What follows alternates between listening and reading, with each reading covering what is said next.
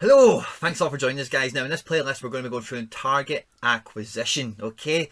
Is it the most fun thing you can do on So Rare, or is it playing and winning tournaments?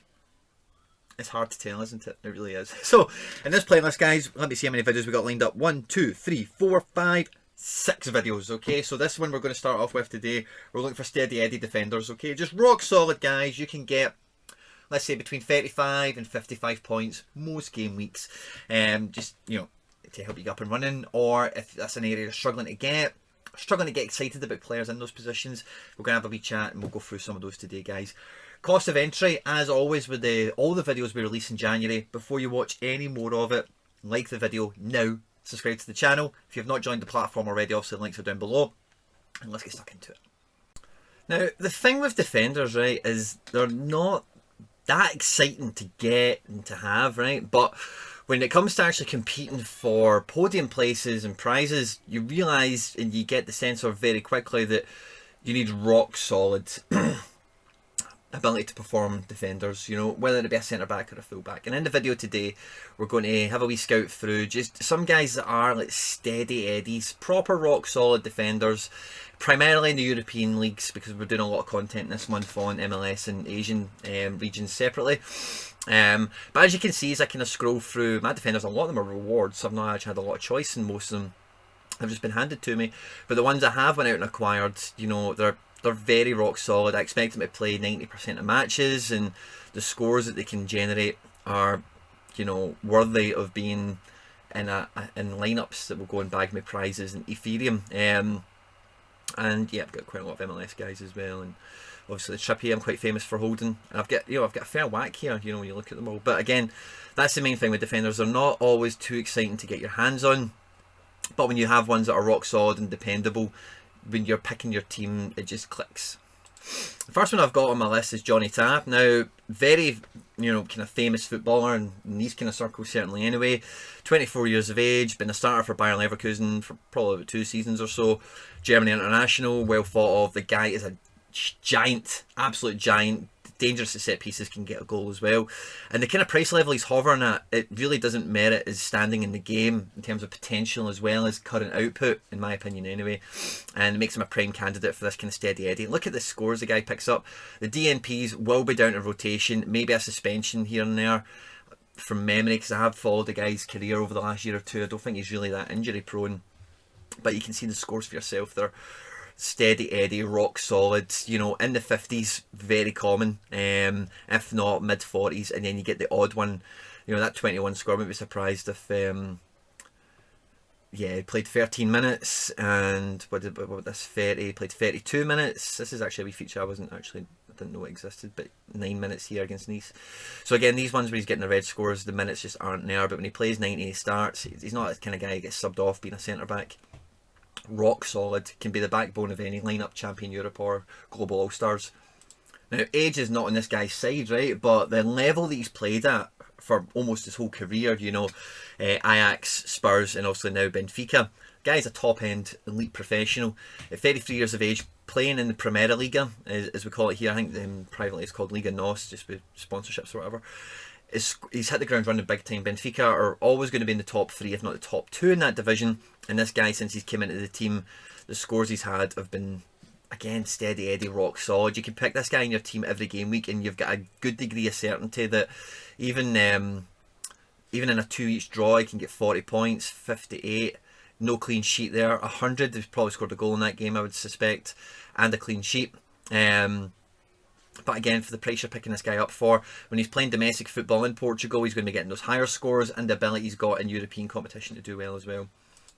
Now, for a period, he was definitely thought of as being the best left back in the world, I think, or definitely the best left back outside of the Premier League for a couple of years.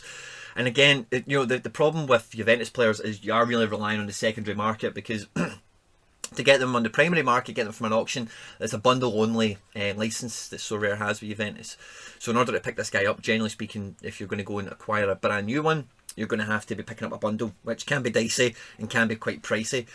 So on the secondary market, I do normally expect Juventus players to be a bit more overpriced, but Alex Sandro, not at all. Look at all those last averages, all in the green. And again, he's going to play quite a lot. don't know what these DNPs are about here, to be honest. Let's have a wee peek. I think it might have been an injury he's picked up. Yeah, it looks like an injury just for how long it was rather than a suspension.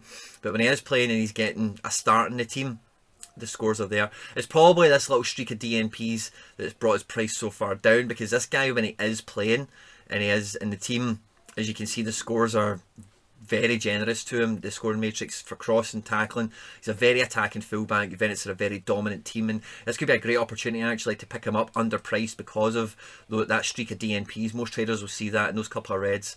The 29, yeah, he's played 4 minutes, and then the 22, 19 minutes, and 15 minutes there for the 34. So a little bit of rotation since he's come back from injury, just weaning him back into the team. But again, great opportunity for you to pick him up underpriced, and this guy could be a stalwart very easily. Gives me little deja vus around when I picked up Danilo. This is more the price range I would have imagined Alex Sandro being in before doing the research behind this video. David Alaba, again, up there with being the best left backs in the world over the last couple of years. The thing I like about David Alaba the most, and we're starting to see that this season at Bayern Munich, is he's very versatile. He played a bit of centre back last year, as you'll know, but this year I've seen him play midfield once or twice as well. And he got brought through the Bayern youth system and the Austria youth system as a centre midfielder, and he's kind of adapted into left.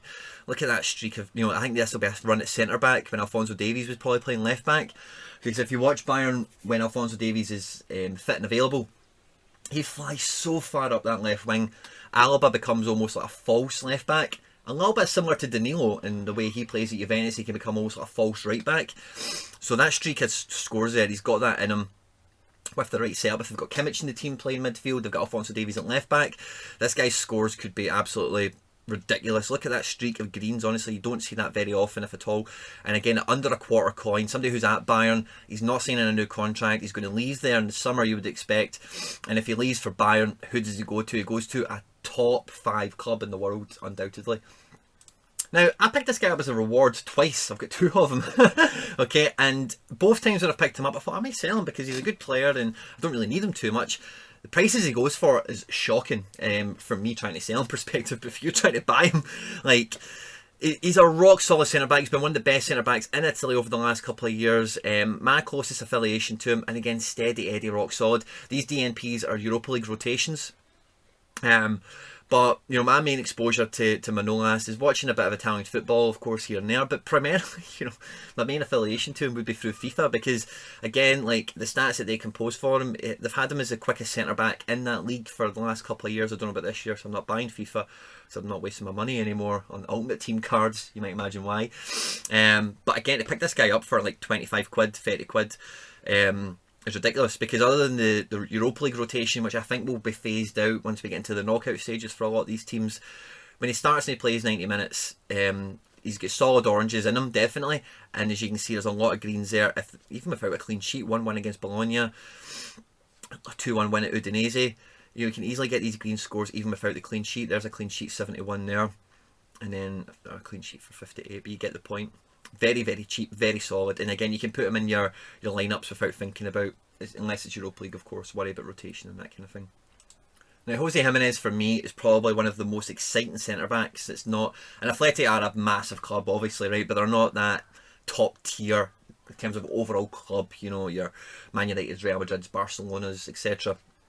Very exciting guy. He's been linked to a lot of clubs over the past. He does have a bit of a spotty injury record, and you can see that with the DNPs. But when the guy does play, he's a genuine goal threat from set pieces. The guy scores goals for Uruguay and Atleti, and when he is fit, he plays. He's a no-nonsense Simeone Uruguayan defender.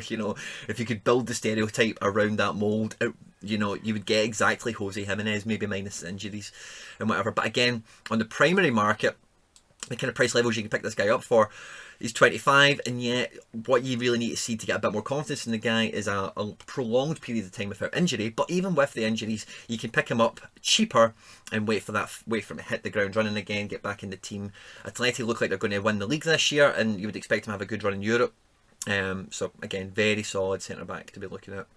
And the final one for the video is Milan Skriniar. Okay, now this guy again has been on the radar of a lot of big clubs in Europe over the last couple of years. He's only 25, very prolific in a back 3, solid in a back 4, and again the price he's at is fair, I would say, for his current standing. You're not getting much of a bargain as things are at the moment, but you're getting good bang for your buck. You know, he's going to play for Inter Milan. You'd probably expect Inter to finish top 4, and he plays more often than not. He's not really suffered too much European rotation because he's a big game player, really key centre back for them. And again, once Inter, I've seen this with Handanovic when we were talking about goalkeepers, but Inter haven't had that great start to the season defensively that you would expect from a Conte team, and that's why the scores are a bit lower. So again, you know, it doesn't look great bang for buck there. I think these are fair prices for what you see in front of you, but the guy definitely has a lot more scope to go above and beyond this. Once Inter start getting into a nice little run of clean sheets and victories, you could easily see this guy having a green stretch similar to some of the other guys we've featured on the video today. So guys, let me know who you think. Is there someone else who should have been included in the video? Steady Eddie, solid defenders. I'm just going to list mine by average score. Solid defenders that you can rely on week in, week out. Who are they? Get them in the comment section down below. Like, subscribe, share, retweet. Like, subscribe, share, retweet, all that good stuff, guys. Stay out of trouble, and I'll catch you on the next one. Take care. Bye-bye.